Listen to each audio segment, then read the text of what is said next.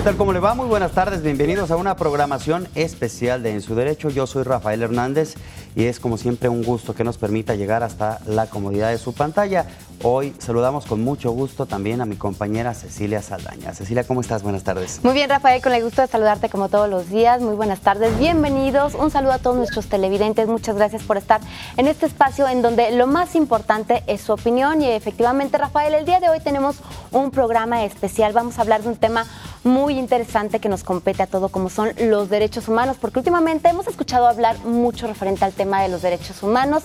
Sin embargo, sabemos que existen muchísimos gobiernos, muchísimas personas que los violentan. Entonces, de ahí la importancia de saber qué son los derechos humanos, en dónde se estipulan y qué pasa si un gobierno, si una persona los violenta. ¿Qué es el seguimiento que se le tiene que dar a esto, Rafael? Por supuesto, porque constantemente escuchamos que tanto en medios de comunicación como en redes sociales se habla de los derechos humanos. ¿Qué son los derechos humanos? ¿Desde cuándo se empieza a hablar de los mismos? Pero sobre todo, ¿quién debe proteger los derechos humanos? ¿Cuánta protección debe dar el Estado? Esto se aplica entre particulares e instituciones, entre instituciones. ¿Será acaso que los derechos humanos deben de ser una piedra angular sobre la cual deben de tomarse las decisiones, las determinaciones a través del ejercicio público? Quédese con nosotros y descubra cuáles son sus derechos y obligaciones, cómo defenderlos, cómo actuar en consecuencia cuando hay, Cecilia, por ejemplo, una autoridad. En este programa constante hablamos de quejas de la ciudadanía y que no hay agua potable, que no hay alumbrado, que no hay drenaje, que hubo detenciones arbitrarias, que hubo desapariciones. Todo esto forma parte precisamente de los derechos de las personas. Pero a veces nos perdemos, y otra cosa que también nos hemos dado cuenta es que a veces creemos que los derechos son absolutos, que tenemos el derecho de expresarnos libremente, sí, pero hay reglas del juego para cada uno de estos derechos. Así es como tú comentas, Rafael, en efecto, en este espacio, a diario tenemos quejas que si no hay luz, que si no hay agua, y decimos, bueno, ¿qué pasa? Nada más levantamos la voz, pero hay que exigirle a la autoridad porque eso forma parte de nuestros derechos humanos por el simple hecho de ser personas. Y nadie nos los puede quitar, nadie los puede negar, Rafael, y sí se puede hacer muchísimos para obligar a las autoridades que nos brinden y que se nos respeten todos estos derechos. Entonces, en este programa especial vamos a ver precisamente de qué manera podemos obligar a las autoridades en este caso para que respeten esto, ¿no? Claro, y vamos a pasar a algo muy importante. ¿Cómo definimos los derechos humanos? Tenemos una presencia de especialistas que los vamos a ir presentando poco a poco y ellos podrán corregirnos si nosotros atinamos o no en torno a esto. Desde mi perspectiva, los derechos humanos son esa condición mínima, básica, para la realización de un proyecto de vida. Imagine usted lo siguiente: cuando hablamos de derechos humanos, hablamos de un abanico inmenso de derechos que tiene usted, que son inherentes a la persona y que por el simple hecho de existir le acompañan a usted. Así es de que quédese con nosotros, descubra cuáles son sus derechos, cómo defenderlos, ante quién exigirlos. Y bueno, vamos a ir a una pausa. Ya regresamos en esta programación especial de En Su Derecho. Volvemos.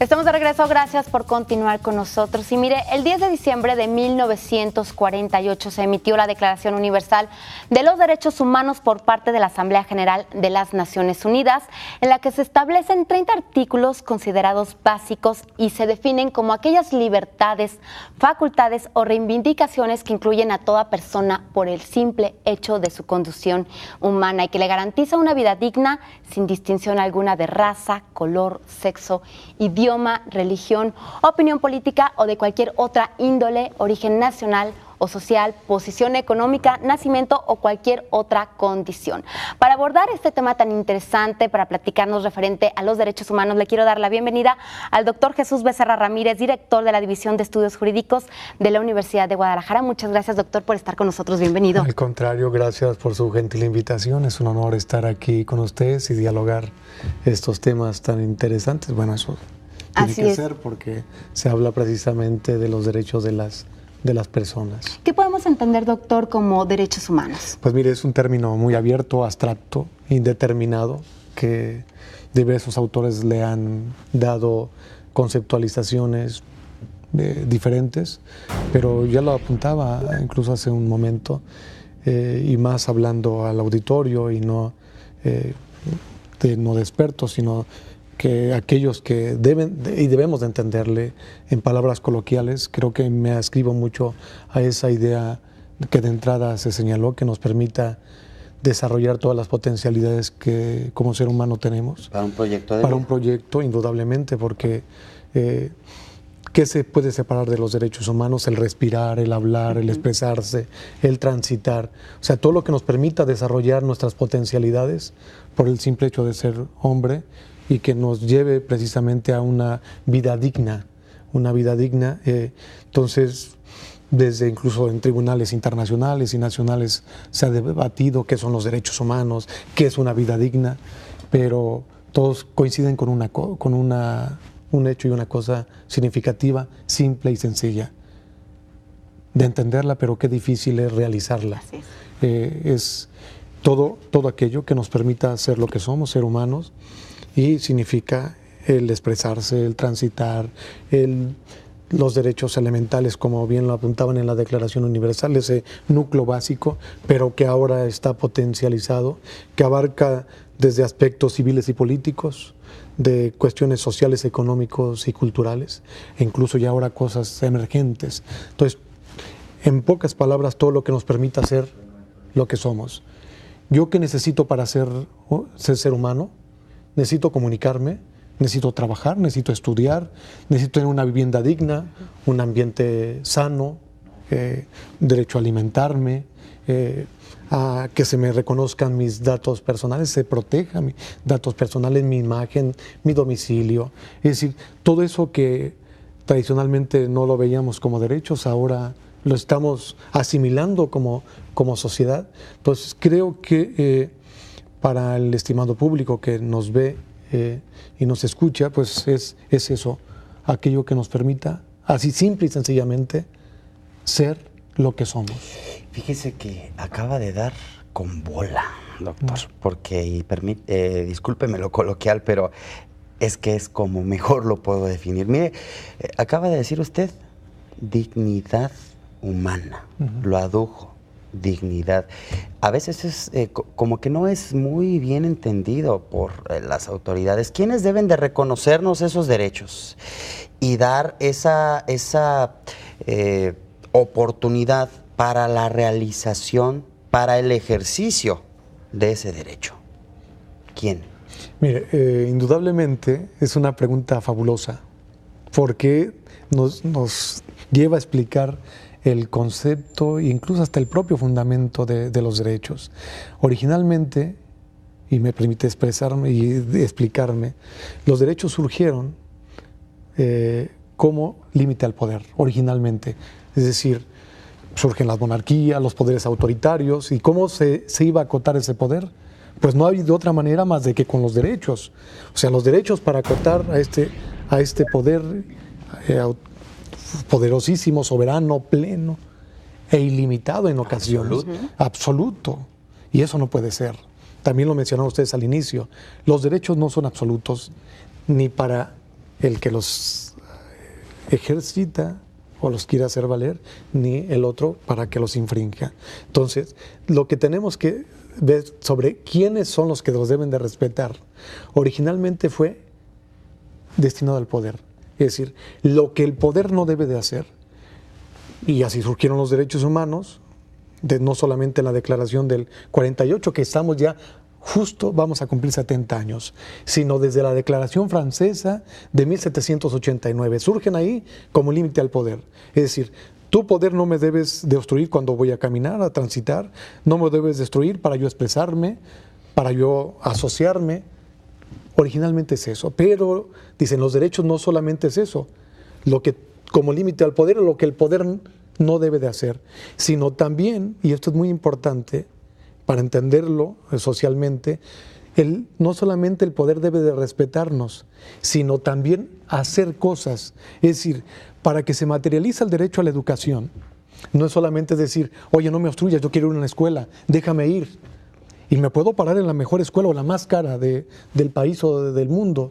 Con eso no se materializan los derechos, solamente déjame hacer y no me obstruyas, sino para que se materialice la educación, la salud y otros derechos, se necesita que el poder realice actuaciones positivas. Entonces también los derechos es lo que el poder debe de hacer, no solamente lo que me debe respetar a mí, sino lo que tú debes de hacer, porque si el derecho a la educación no se garantiza si no se construyen escuelas, si no se paga profesores, si no hay libros de texto, si no se garantiza la alimentación. Es eso. Entonces, primero es lo que el poder no debe de hacer y lo que el poder debe de hacer.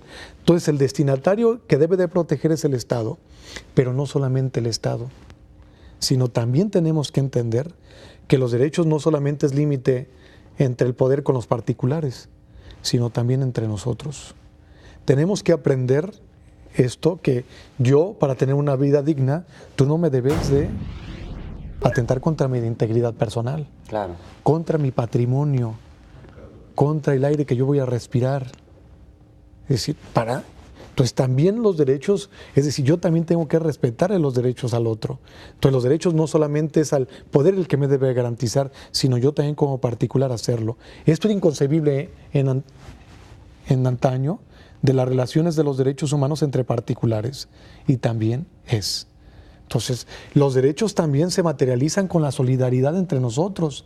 ¿Cómo vamos a una sociedad solidaria? Es aquella que ayuda al desvalido, al que está en desventaja.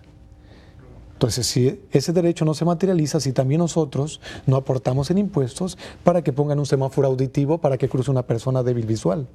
Claro.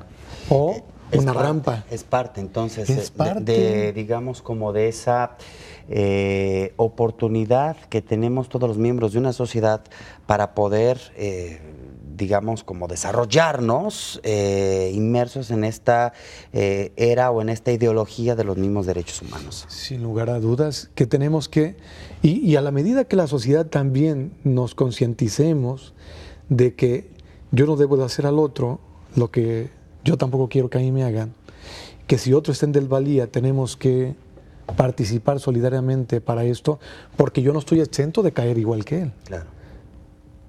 En el transcurso de la vida puedo yo necesitar de otros. Entonces, los derechos humanos no solamente son libertades, es decir, de yo hacer y tú no me obstruyas, sino que la libertad tiene que ir acompañada, valga la redundancia, de otra compañera, que se llama igualdad. Y eso tiene que ver con lo que estamos diciendo. Doctor, si nos Sí. permite, tenemos que ir a un corte, porque efectivamente, así como tenemos derechos, también tenemos obligaciones, y de eso vamos a hablar al regreso. Estamos en este programa especial hablando de los derechos humanos. Vamos a un corte y regresamos.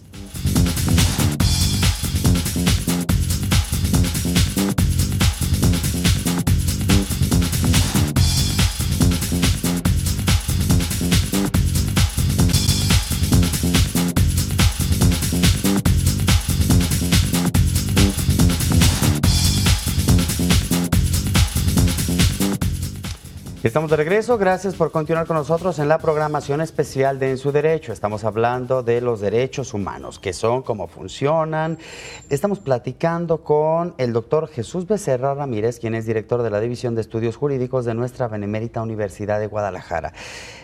Doctor, ¿qué no se supone que los derechos humanos deberían de ser la piedra angular para la toma de decisiones, para el ejercicio de la función pública, para el desarrollo del país?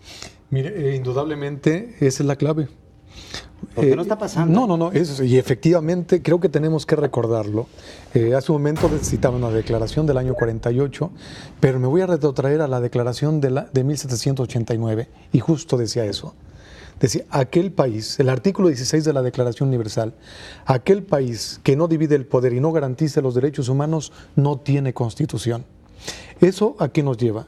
Que una sociedad democrática, deliberativa y que aspira a ser del Estado de Derecho y constitucional, si no respeta los derechos humanos no es un Estado constitucional, por más que tenga en letras doradas un documentito que diga esto es constitución.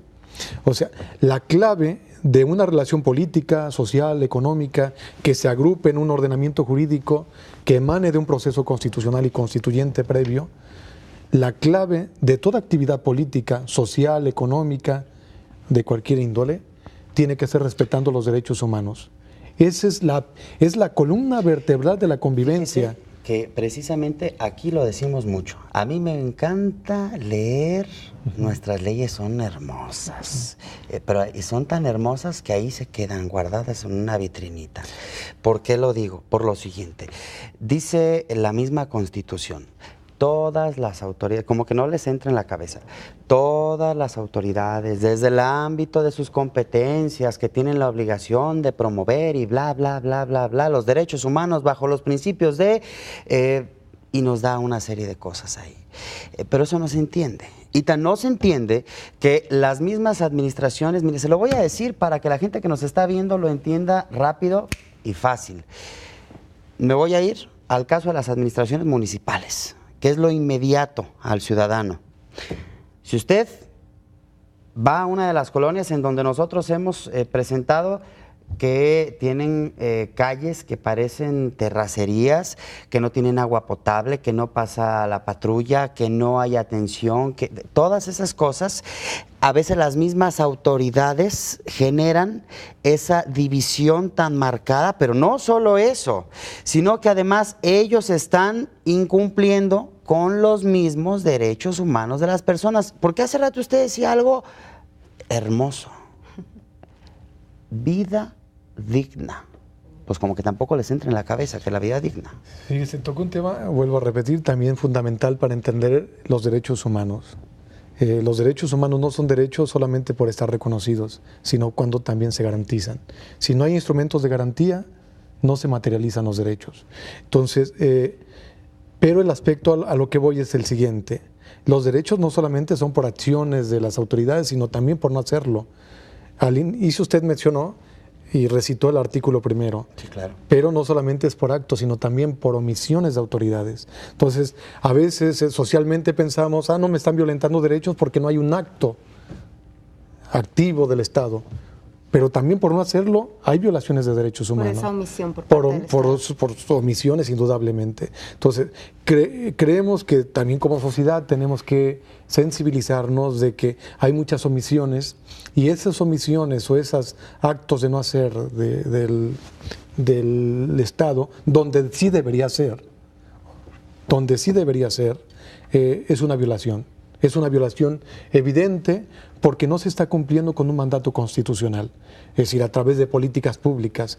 También el Estado puede decir, es que yo no puedo hacer todo, mis ingresos que tengo no me da para hacerlo. Es verdad, nadie está obligado a lo imposible, pero lo que no se puede hacer es que de forma progresiva eso se vaya avanzando, que los indicadores de desarrollo humano, que pueden ser alimentación, salud, vivienda, educación, no puedan ir en retroceso porque sí se está violentando los derechos. Es decir, tiene que ser de forma progresiva, no regresiva. Entonces, si yo tengo ciertos indicadores y al año siguiente los indicadores van a la baja, estoy violentando los derechos humanos. Entonces, también puedo decir en un tema presupuestal, si no reparto equitativamente los recursos, si el Estado me dice es que díganme de dónde tomo recursos para subsanar un tema de agua potable o de medio ambiente o de alimentos o de educación, si este es mi presupuesto.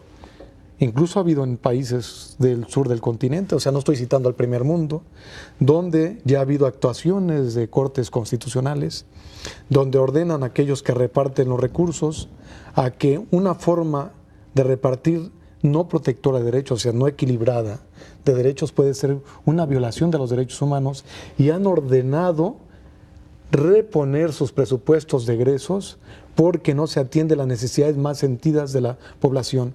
Porque es verdad, nadie está obligado a lo imposible. O el propio protocolo de San Salvador de derechos sociales, económicos y culturales les dice hasta donde el presupuesto alcance, o hasta donde sea. Pero lo que no se vale es que para algunos rubros la balanza está un poco más cargada y que se descuide sobre todo los derechos económicos, sociales y culturales, que a veces se requieren más recursos.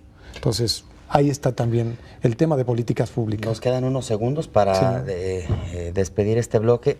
Una conclusión, por favor, un mensaje para la audiencia que nos ve, que ahora nos ha abierto usted un poco más, nos ha dado luz en torno a qué son los derechos. Una conclusión en Mire, torno yo creo a que esto. lo importante es que se involucren en el tema de los derechos. Los derechos no se resumen al tema de seguridad pública. El derecho es aquel que se demanda una buena alimentación, una buena educación, un buen proceso equilibrado en un desarrollo urbano. Es decir, que nos permita llevar una vida digna, que no esté contaminado un río, el agua que se utiliza para tema doméstico, un tema de un semáforo auditivo en la esquina, una rampita en una escuela, un mostrador para atención a personas de talla baja o pequeñas en una dependencia pública, un trato igualitario por diversidad de índole sexual o biológica, de salud. Es decir, los derechos humanos es lo más básico y lo más elemental de las relaciones humanas y no es exclusivo de nadie. Ay, pues todo lo que no pasa por acá. Muchísimas gracias. Muchas gracias, doctor. Al contrario, gracias por su gentil invitación. Muchas gracias al doctor Jesús Becerra Ramírez, quien es el director de la División de Estudios Jurídicos de nuestra Benemérita Universidad de Guadalajara. Vamos a una pausa, pero seguimos hablando del tema, los derechos humanos.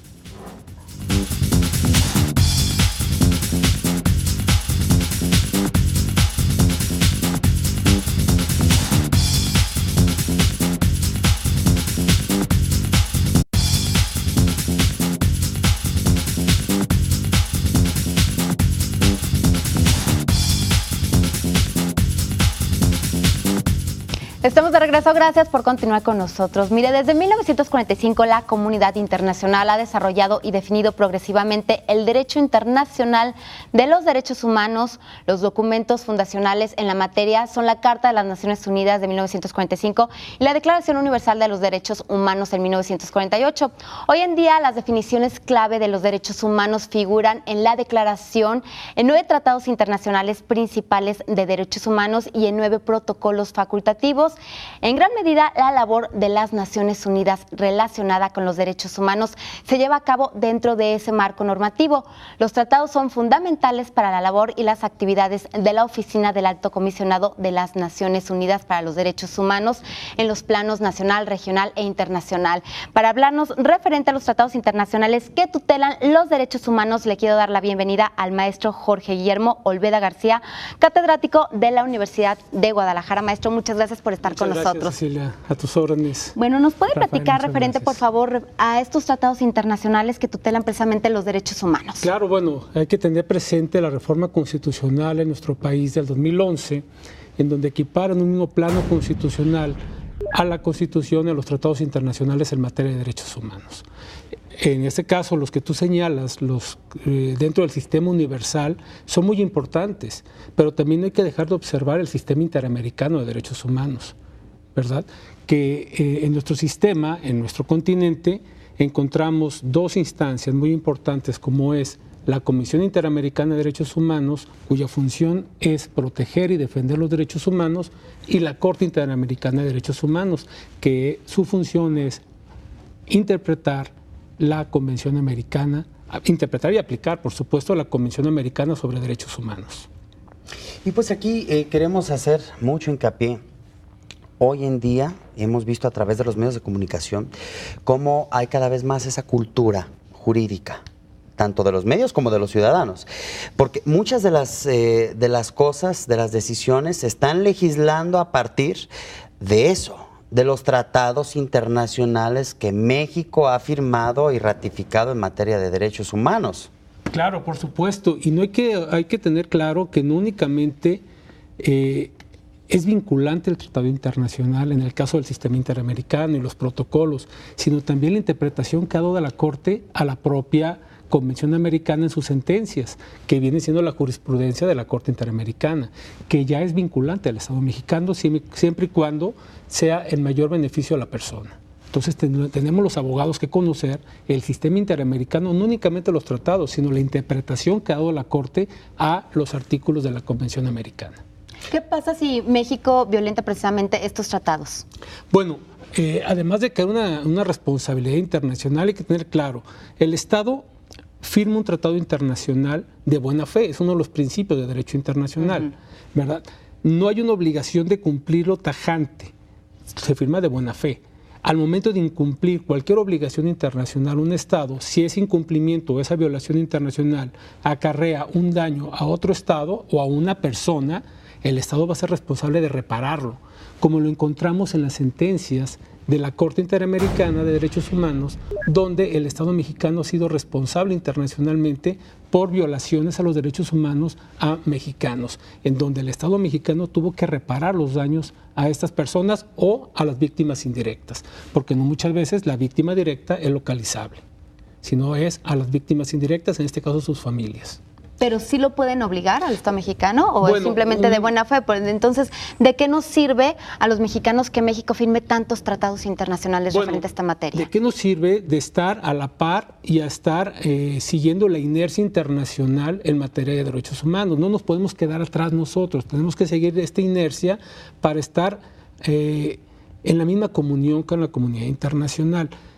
Un órgano coercitivo en materia en el sistema interamericano no le existe. Sin embargo, el Estado, como lo firma de buena fe, también tiene que cumplir esas resoluciones de buena fe. Y eso sí lo están vigilando, ¿verdad? Y eso sí lo está vigilando la Corte, el cumplimiento a las sentencias que emita. Y precisamente, maestro, hay varios casos que han sido, tristemente lo voy a decir, emblemáticos en materia de violación a derechos humanos. El caso Radilla Pacheco, el caso ya algo más actual. Tiene 44 años el señor Rosendo Radilla Pacheco desaparecido, desde que se vio por última vez en el campo militar. Sin embargo, la sentencia de la Corte Interamericana que obliga al Estado mexicano a buscarlo, a él y encontrar a él o a sus restos. Es una obligación del Estado mexicano. Claro, y precisamente tiene que haber una reparación del daño y todo esto, pero hay casos que son igualmente aberrantes. Digo, está el caso de los 43 estudiantes, hay casos, hemos visto un sinfín de abusos por parte del mismo Estado mexicano. Y cómo precisamente esto contrasta pues con la manera en la que podemos acudir precisamente a una Corte Interamericana de Derechos Humanos. Se supone que tenemos que agotar primero todas las instancias legales dentro del territorio, ¿no? Sí, claro. Bueno, antes de acudir a la Corte Interamericana hay que tener claro que los individuos no pueden por instancia propia presentar o incoar una demanda ante la Corte Interamericana. Hay que seguir un proceso que señala el sistema interamericano y la propia Convención Americana, que es el sistema de peticiones. Cualquier persona o física o jurídica, una ONG debidamente registrada en el Estado, puede presentar una petición ante la Comisión Interamericana por la presunta violación a los derechos humanos. Ese es el camino, se presenta la petición por la violación a un derecho humano previsto en la Convención o en los instrumentos del sistema interamericano. Una vez que la Comisión analiza la petición para entrar a la etapa de admisibilidad, observa lo que tú acabas de mencionar. Primero, los requisitos de admisibilidad, que se hayan agotado los recursos internos. 2, que se haya presentado dentro del término de 6 meses.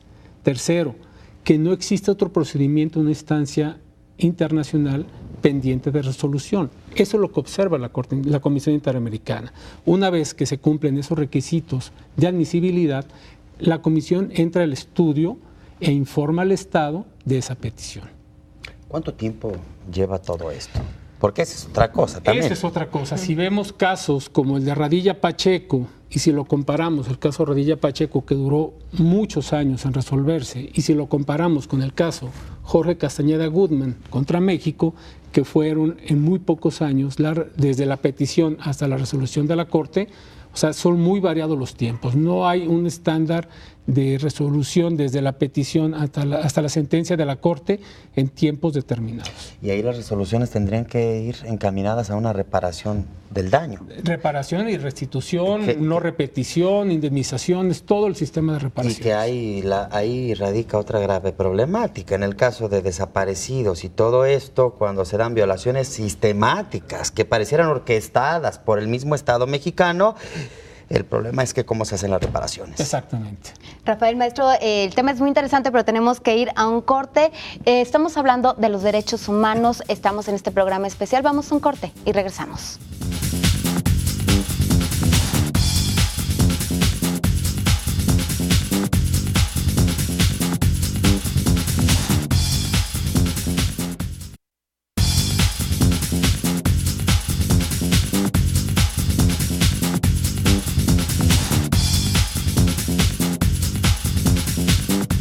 Estamos de regreso, gracias por estar con nosotros en una programación especial de En su Derecho. Hablando de los derechos humanos, estamos platicando con el catedrático de la Universidad de Guadalajara, nuestra benemérita Universidad de Guadalajara, el maestro Jorge Guillermo Olveda García. Y bien, decíamos hace un momento, maestro, que cuando hay una violación grave a los derechos humanos, atendiendo a ese principio pro persona, ¿no? Lo que más beneficia a las personas o a la comunidad, si ya agotamos todas las instancias dentro del territorio, entonces podemos acudir a una instancia internacional.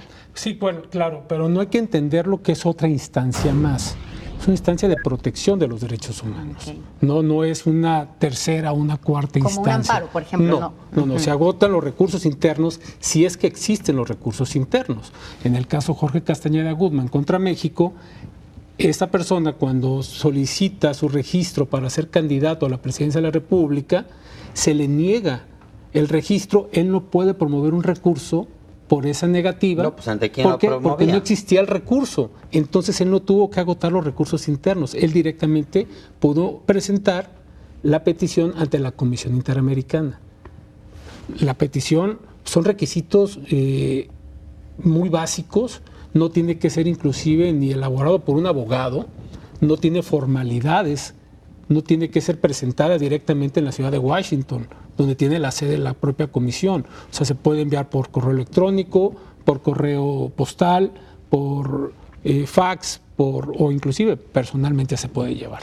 Los requisitos es, bueno, quién es la persona que está presentando la queja, la petición, inclusive puede señalarse si quiere que se omita su nombre de que él está presentando la petición. ¿Qué país o qué estado es el que está violando el presunto derecho humano violado? Una narrativa de los hechos, señalando fechas, lugares donde se violaron los derechos humanos, y ya con eso la Comisión Interamericana ya puede entrar al estudio sobre la admisibilidad. También, si se puede señalar, si se agotaron recursos internos, hay que manifestarlo de todas maneras. Hay una guía práctica para la presentación de peticiones ante la Comisión Interamericana de Derechos Humanos que está en el propio portal de internet de la comisión. Ahí lo pueden buscar y es una guía para la presentación de peticiones. A ver, y yo tengo una duda. Nosotros en México, sí. En México hemos firmado y ratificado, yo creo que somos como campeones de firma de tratados internacionales. Oye, que sí, échamelo, y aquí lo firman y lo ratifican y todo este rollo. En materia de derechos humanos, en protección a los derechos de trabajadores, de medio ambiente, de etcétera, etcétera, etcétera. Pero, ¿sabe qué, maestro? Terminan siendo letra muerta. Es que aquí eso se lo pasan por el arco del orgullo. Discúlpeme lo coloquial que me oigo, pero es que de verdad es increíble la cantidad tan grande de violaciones que hay a todos estos documentos. Creo que parte... Y tratando de comprender lo que tú estás señalando atinadamente, creo que es parte de una dinámica que debemos ir cambiando. los abogados, las autoridades y también la ciudadanía. Ir conociendo más nuestros derechos, ir conociendo más qué podemos hacer. La propia autoridad, con este cambio de paradigma en los sistemas, con estas reformas constitucionales, ya el juez nacional tiene que observar el derecho internacional. Entonces, ¿qué tuvo que hacer el juez nacional? Estudiar el derecho internacional, conocer el sistema interamericano, por ejemplo, conocer la interpretación que ha dado la Corte Interamericana a la Convención Americana. ¿Y para qué? Para aplicar el que le conceda mejor derecho a las personas. O sea, y eso no nomás son puras autoridades jurisdiccionales. Hay que tener claro que el artículo 1 de la Constitución señala todas las autoridades, no exclusivamente las jurisdiccionales. Claro. Desde un policía municipal es un agente del Estado que puede acarrear una responsabilidad internacional al Estado mexicano. Autoridades del Ejecutivo, del Legislativo y del Judicial, todos están obligados al artículo 1 constitucional. A ver, le quiero hacer una pregunta para todas las personas que nos están viendo. Usted dice precisamente que el juez nacional tiene que aplicar lo que le dé la mayor protección a la persona al momento de emitir una sentencia. ¿Vamos bien? Sí. Bueno, entonces quiere decir que si nosotros vemos que hay una sentencia que se dio en Chile, Colombia, Ecuador, Belice, Guatemala, etcétera, etcétera, etcétera, el que sea, y más o menos podría como aplicarse, encuadrar acá, podemos solicitar, oye juez, fíjate que aquí hay una sentencia que podría brindarme mayor protección a mis derechos. Claro. ¿Más o menos va por ahí?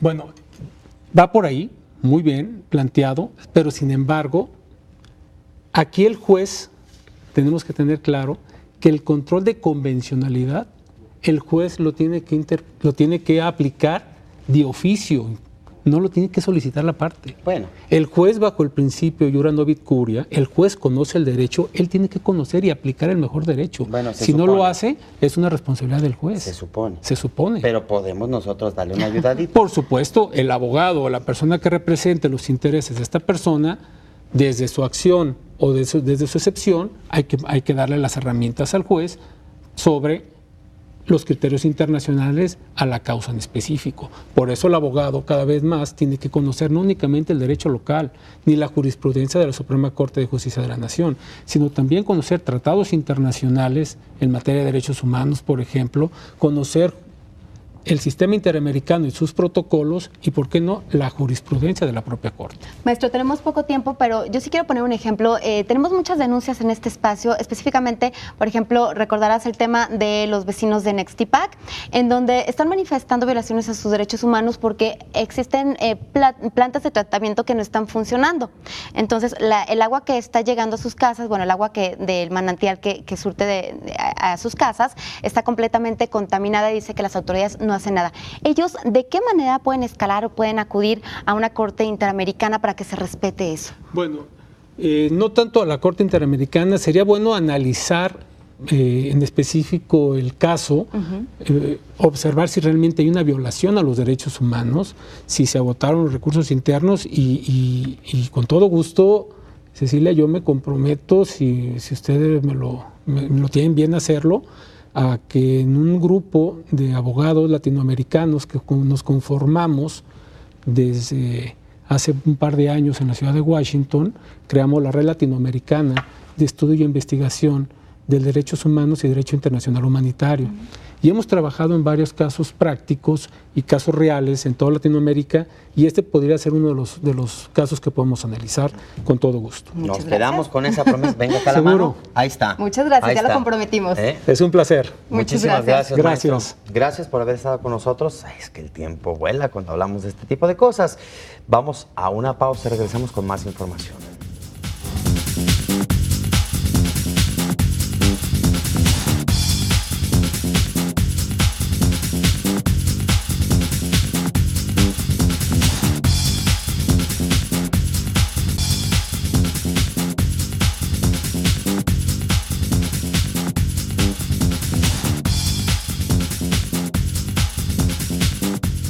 Estamos de regreso en este programa especial y mire, la Comisión Estatal de Derechos Humanos es un organismo de participación ciudadana dotado de plena autonomía respecto de las autoridades, de los partidos políticos, de las instituciones sociales y los grupos religiosos.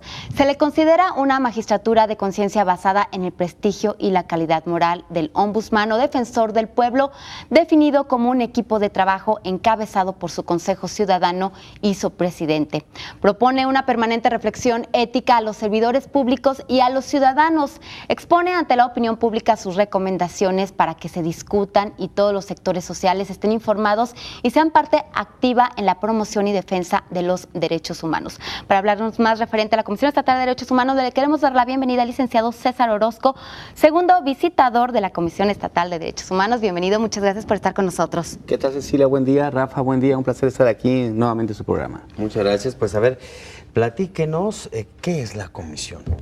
Bueno, creo que de manera muy elocuente Cecilia ya introducía el planteamiento de lo que es una defensoría del pueblo y precisamente está investida esta entidad que, aunque es una entidad pública de autonomía tanto presupuestaria pero también de autonomía política y autonomía gubernamental, es una entidad independiente que con esta solvencia moral que le caracteriza tiene una función de investigar presuntas violaciones a los derechos humanos, pero también tiene una tarea de divulgación y de fomento a una cultura de respeto a los derechos humanos. La Comisión Estatal de los Derechos Humanos de Jalisco es parte de todo el sistema del Ombudsman a nivel nacional, que es uno de los sistemas más grandes, completos en el mundo y que tienen esta misión. Lo integran, pues desde luego, cada una de las comisiones públicas en los estados y también la Comisión Nacional de los Derechos Humanos. Se mantiene una autonomía con cada una de estas entidades e incluso también una autonomía con la Comisión Nacional de los Derechos Humanos. En síntesis, pues, tiene esta misión de investigar casos y fomentar una cultura de respeto a la legalidad y a los derechos humanos. Ahora bien, la gente entonces acude a la comisión para levantar alguna queja cuando siente que se le ha violentado un derecho. ¿Cuánto tiempo pasa en la investigación y qué tan rápido se saca pues la recomendación, que finalmente es como, digamos, el punto al que se pretende llegar? Bien, qué buena pregunta, Rafael, porque en Jalisco es una de las comisiones que de manera más ágil resuelve los casos y nosotros tenemos una disposición del Consejo Ciudadano, que es el órgano máximo de la Comisión de los Derechos Humanos, ya lo decía aquí también Cecilia en la introducción, y se celebró un acuerdo en el que se dijo que los casos no podían resolverse en más de 10 meses. Es decir, en la comisión todos los días resolvemos un asunto en el mismo día en el que se presenta o máximo en 10 meses.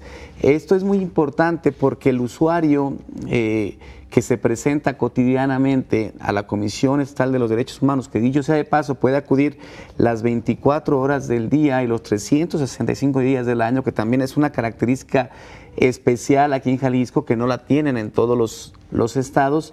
Él en ese momento se le puede resolver su problema, ya sea porque nos está planteando, por ejemplo, o que le quieren cobrar cuotas para inscribir a su hijo en la escuela, o porque no le realizan una operación a su familiar, o porque no le otorgaron, indebidamente, no le otorgaron una licencia de construcción. Inmediatamente entablamos comunicación con las autoridades y se puede resolver el problema a través de una conciliación inmediata. Estos son casos sencillos y no graves, pero también puede haber casos graves como el de la denuncia o queja de una tortura o de un homicidio o de situaciones como la que comentaban hace un momento, de contaminaciones a los ríos, las aguas, en el que máximo tenemos un tiempo de 10 meses. Entonces sí, hoy en Jalisco debemos de estar satisfechos en cuanto a este aspecto, en que es muy ágil el procedimiento ante la Comisión de los Derechos Humanos. ¿Cómo se presenta una queja? Porque sabemos también que se puede presentar en línea, ¿no? Que ya es una manera más sencilla también de que el ciudadano pueda acceder a la Comisión Estatal de Derechos Humanos. Sí, uno de los principios que caracteriza el procedimiento ante la Comisión de los Derechos Humanos es la sencillez. Esto implica que no requieres de un abogado para presentar tu petición, Eso es muy bueno. tu planteamiento, que nosotros tenemos las 24 horas del día personas que te pueden levantar tu inconformidad por comparecencia. Entonces, esta es una de las formas y es la más usual, les digo, por comparecencia, pero también lo pueden hacer por teléfono, ¿sí?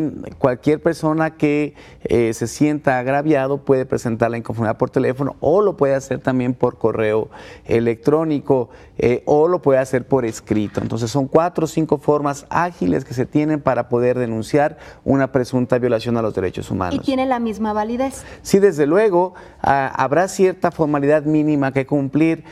Por ejemplo, si la presentan por correo electrónico, se analiza el caso y se llama a la persona para que acuda en un término breve a ratificar la inconformidad, porque también se ha dado el caso de que por línea presentan infinidad de quejas y que realmente no tienen o sustento o no tienen identidad en la persona. A veces también llegan a mentir en este caso. ¿Y es gratuito? Sí, totalmente gratuito. La Comisión de Derechos Humanos es uno de los principios básicos que también tiene la gratuidad en cuanto al trámite. No hay ningún costo y es importante que la gente lo sepa para que pueda acudir a esta comisión. Oiga, y entonces decimos que 10 meses, pero bueno, no todo termina precisamente en una recomendación. De alguna forma es importante que también la gente que nos está viendo sepa que puede haber una conciliación a través de la Comisión Estatal de Derechos Humanos, que eso también es formidable porque a final de cuentas se puede dar una reparación rápida del daño. Eso es bien importante, Rafa. La Comisión tiene una serie de herramientas para garantizar la defensa de los derechos humanos. Esta caja de herramientas, la más conocida públicamente, es la recomendación. Es un instrumento utilizado cuando es un asunto muy grave o que no pudo resolverse en otras formas. Ya mencionabas tú, otra vía muy socorrida de resolver las inconformidades es la conciliación. Pero no se confunda una conciliación como un acuerdo entre las partes o con la autoridad tampoco. En una conciliación también se puede hacer una declaratoria de violaciones a los derechos humanos, que es el fin último del procedimiento ante la Comisión. Nuestro fin último es declarar que se violaron los derechos humanos. Eso se puede hacer en una conciliación y en la misma se pueden plantear que se castigue al responsable, que se repare los daños a las víctimas en todas sus formas, en los términos de la Ley General y Estatal de Víctima, es decir, que se compense, que se rehabilite, ¿sí? Que se garantice que no se va a volver a cometer esta violación, en fin, una serie de garantías que tendrán que repararse. Entonces, sí, la conciliación o también puede ser una petición a la autoridad, ¿sí? En el que la comisión, sin entrar a todo el procedimiento, y si es un asunto sencillo, hace una petición o a través también de las medidas cautelares, como se puede resolver el caso. Perfecto. Si le parece, nos tenemos que ir a una pausa para regresar. Queremos que nos platique de qué sirven las recomendaciones, porque aquí mi compañero dice que son como las llamadas a misa. Así que vamos a un corte y regresamos.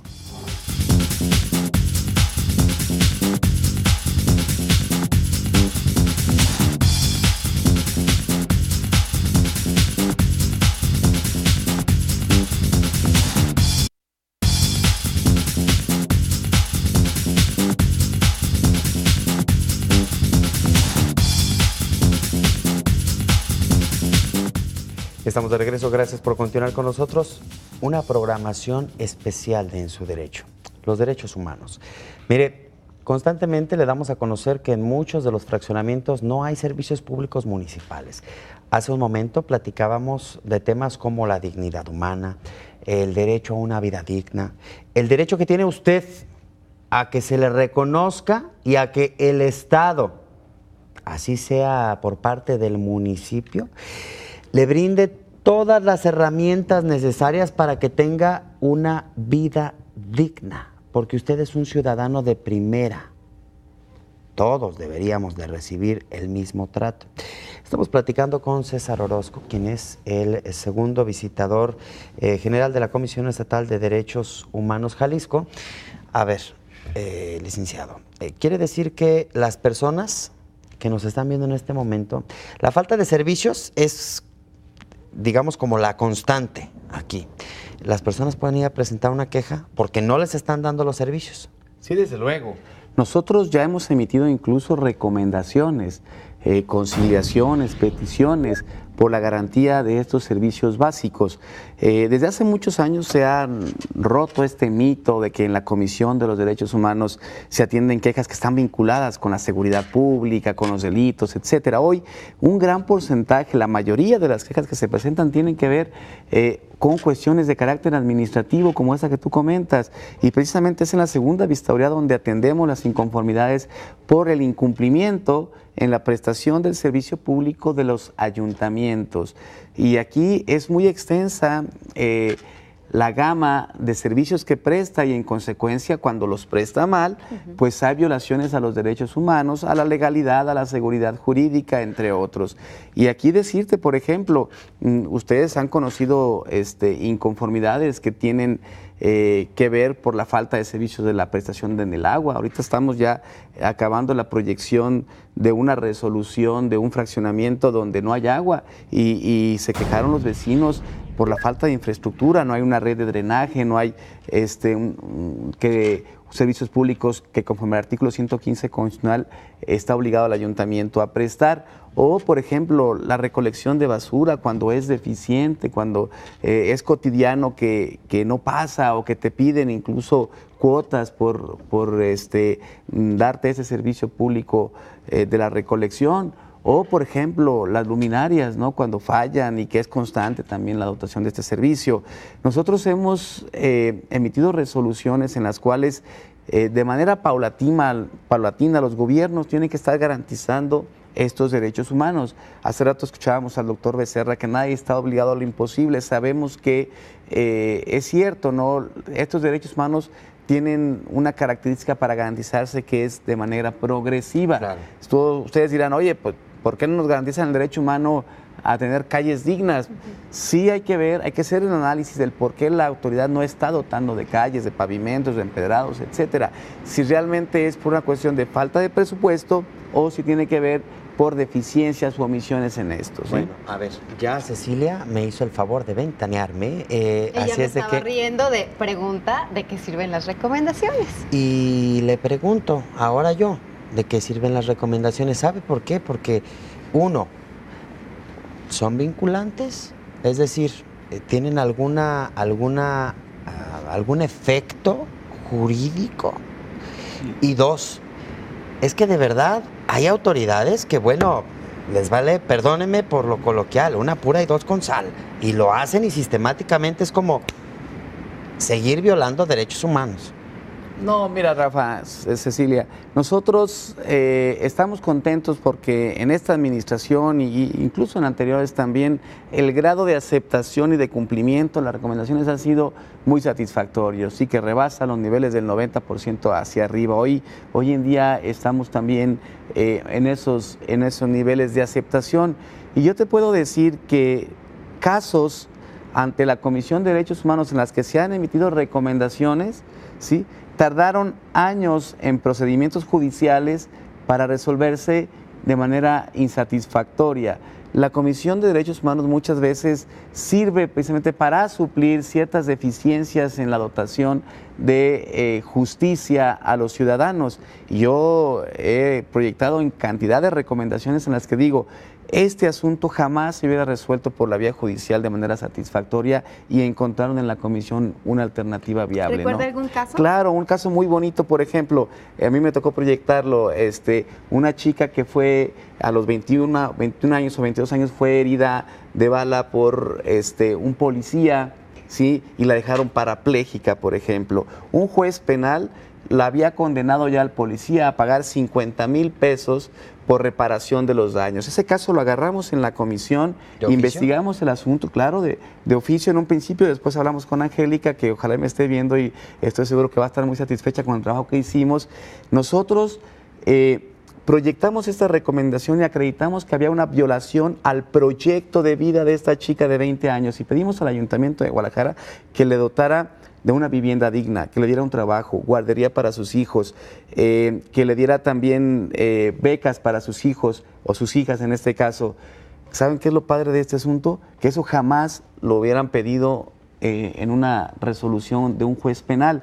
El Ayuntamiento aceptó la recomendación, cumplió la recomendación, después, por cierto incumplimiento de la misma recomendación que tenía que ver con pagarle una indemnización, o sea, cumplió con todo lo del proyecto de vida, pero no de la indemnización, y ahí la asesoramos a esta chica, se fue al Tribunal Administrativo y el Tribunal Administrativo condenó con los mismos argumentos que hizo la Comisión de Derechos Humanos a que el Ayuntamiento pagara 20 millones de pesos a esta mujer. Ni en una sentencia de ningún tipo yo he conocido que se reparen los daños de esta naturaleza. Es uno de muchos casos que a mí me llena de orgullo de trabajar en la comisión, porque sabemos que son muy útiles nuestras recomendaciones y nuestras resoluciones. Hoy Angélica sí es una chica que yo creo que tiene una vida digna, sí, está en silla de ruedas, que desde luego nadie cambiaría esto por lo que ahora tiene, pero yo la veo, Angélica, satisfecha respecto a la forma en la que se reparó los daños derivados de la recomendación de la comisión. Oiga, nos queda escaso minuto y medio. Yo le quiero preguntar algo. Ustedes entonces pueden actuar de oficio. Claro. No necesariamente las personas tienen que ir. Si ustedes ven que trasciende una violación, ustedes pueden iniciar directamente. Sí, todos los días estamos monitoreando redes sociales, medios de comunicación y de oficio iniciamos las inconformidades. Inmediatamente nos entablamos contacto con las familias de las víctimas o con las propias víctimas. Por decirte un caso, ahora que fallecieron los policías, que mataron a los policías de Guadalajara y Zapopan, de oficio iniciamos una queja en favor de las víctimas indirectas, de las esposas, de los hijos de los policías, y estamos pidiendo la información a la autoridad para ver si les están realmente cumpliendo todas las prestaciones de seguridad social que tenían los familiares de estos policías, si tenían un seguro de vida, si les pagaron los gastos funerarios, si tenían una pensión que les vaya a quedar. Eso ya lo iniciamos también de oficio. O sea, hoy en día estamos haciendo un trabajo desde luego que trasciende, va más allá de la simple petición que hagan las personas. Pues una luz de esperanza, ¿no? Claro. Pues muchísimas gracias. Ahora nos quedamos también con un poco más de claridad. Así es. Tenemos que despedirnos. Solamente en unos segundos, dígale por favor a la audiencia dónde están ubicados.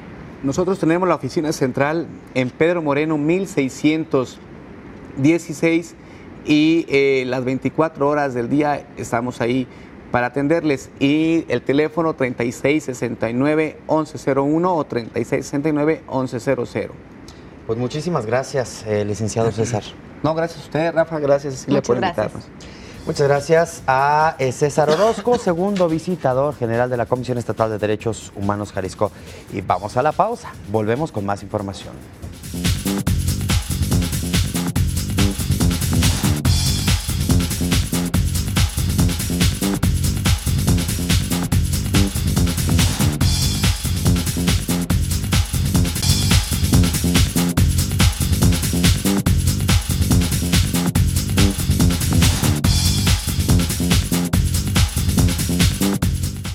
Gracias por continuar con nosotros en este programa especial. Y mire, las violaciones a derechos humanos constituyen para las personas experiencias negativas de carácter traumático que pueden derivar en una serie de dificultades a nivel individual, como son padecimientos físicos, psíquicos, problemas relacionales, quiebre de las creencias básicas, ruptura de los proyectos vitales, así como en las distintas esferas en que se mueve una persona.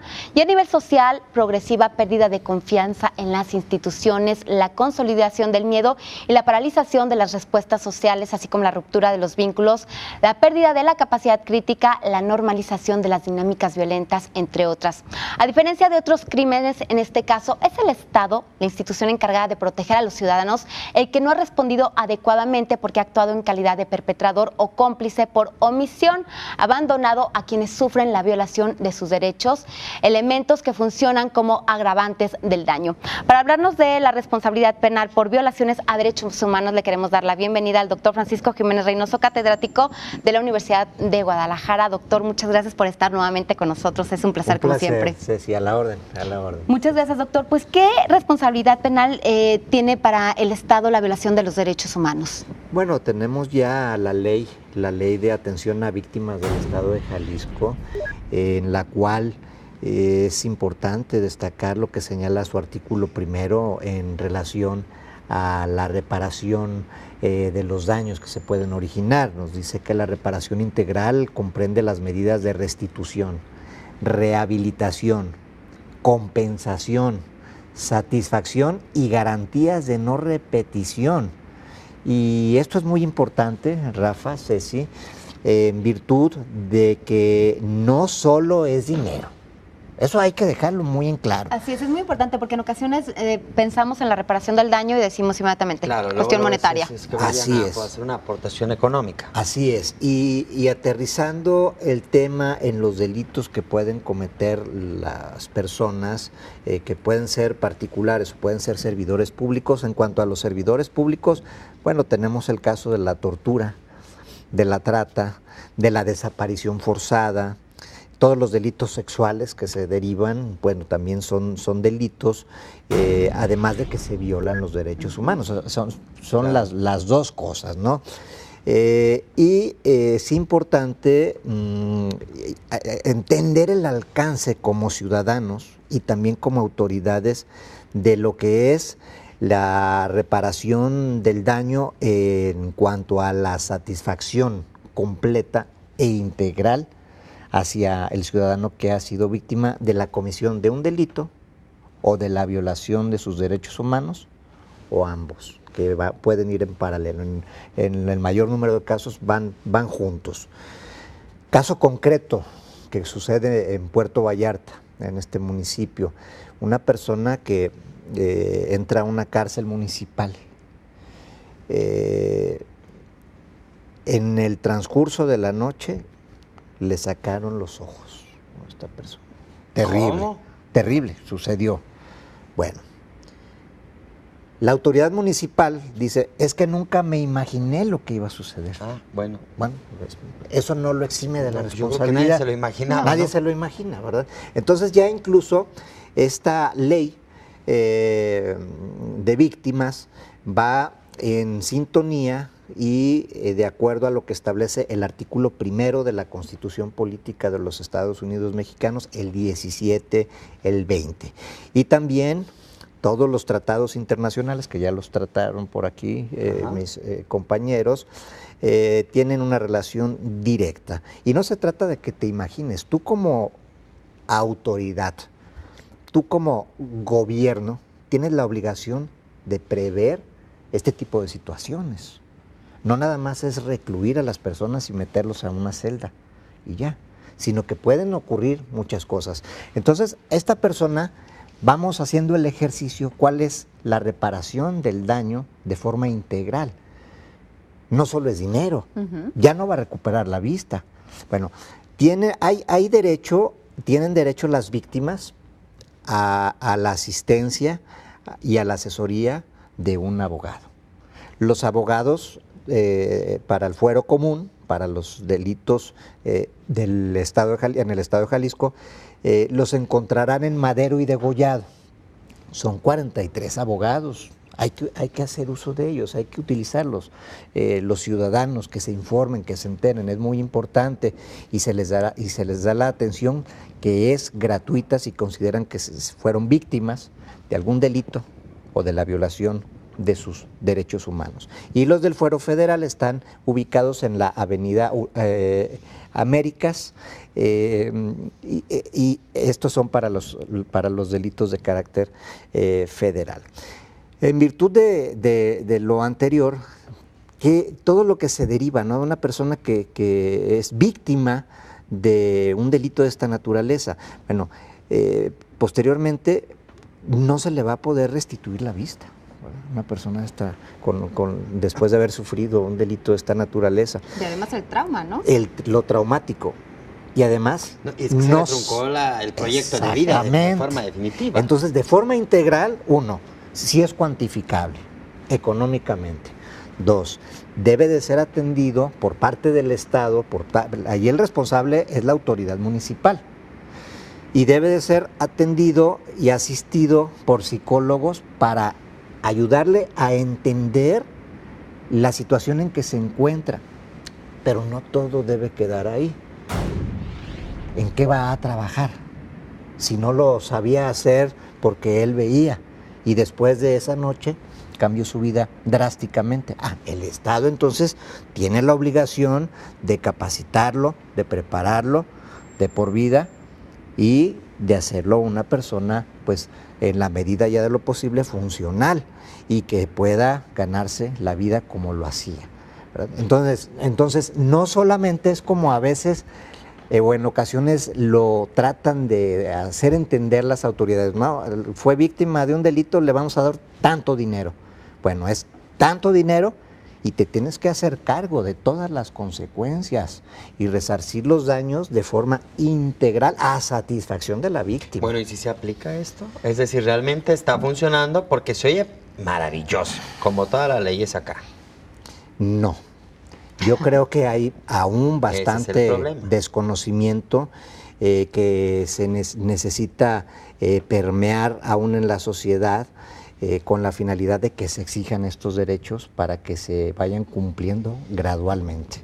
Y esto se va a lograr demandando y denunciando en un momento dado pues los delitos de los que son víctimas las personas o se violan sus derechos humanos, ya dependiendo del área. Recordemos que hay actos u omisiones de las autoridades y ahí es donde entra la Comisión Estatal de los Derechos Humanos, o hay delitos que se cometen entre particulares. Entonces, en ambos vertientes, la Ley de Atención a Víctimas entra para intentar resolver todo el problema integral y sistemático que se causa a la víctima. Y en este caso, por ejemplo, cuando se trata de un asunto entre particulares, pero que de alguna forma pues el Estado debe de otorgar seguridad, debe de dar muchas cosas que a veces no está cumpliendo.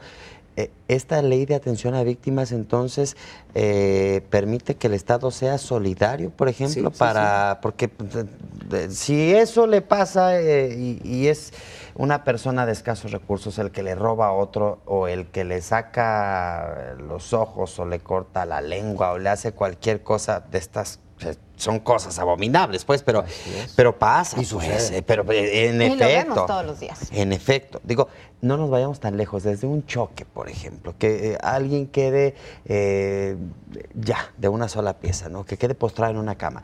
El Estado será, digamos... Es responsable solidario. En efecto. Como lo mencionas. Así es, definitivamente. El tema de la inseguridad que estamos padeciendo en Jalisco, hay una gran polémica, hay linchamientos, claro, en estos momentos a lo largo y ancho del país. Y las comisiones de derechos humanos, la Comisión Nacional de Derechos Humanos ya se pronunció, la estatal no la he escuchado aún, pero la nacional sí condena los linchamientos. Bueno, eso está bien, pero lo que no condena hasta el momento es la corrupción, que se generan condiciones de impunidad, que se generan condiciones que no están resolviendo la situación de seguridad de la ciudadanía, y eso es lo que nos genera bastantes problemas, y debería de haber recomendaciones para que funcionara de manera integral el tema de la seguridad en México. Nos quedan escasamente 2 minutos, Cecilia, doctor, pero a ver, yo sí quisiera saber, entonces, las personas para poder acceder a estas compensaciones, a esta reparación integral del daño, debe ser en virtud precisamente o a través de la participación de un abogado. Esto es de forma directa y esto es indiscutible, ¿no? Sí, el artículo 4 de la Ley de Atención de Víctimas del Estado de Jalisco nos señala que para los efectos de esta ley se consideran víctimas aquellas personas físicas que hayan sufrido directa o indirectamente algún daño o menoscabo económico, físico, comentamos el ejemplo, mental, va de la mano con el caso también comentado, emocional, por ejemplo, también encuadra, o general, cualquier riesgo o lesión a sus bienes jurídicos o derechos como consecuencia de la comisión de un delito o violaciones a sus derechos humanos reconocidos en la Constitución Política de los Estados Unidos Mexicanos, en la particular del Estado de Jalisco, los tratados internacionales y lo relacionado en la materia penal. Excelente, pues vaya que es interesante y es muy importante atender esta recomendación que ya nos hace el doctor Francisco Jiménez Reynoso. Pues doctor, mucho que decir todavía, pero se nos ha terminado el tema. Así es, estamos a la orden, como siempre, para seguir tratando un tema tan importante como este. Perfecto, pues vamos a ir a la pausa. A la orden. Y regresamos con más información.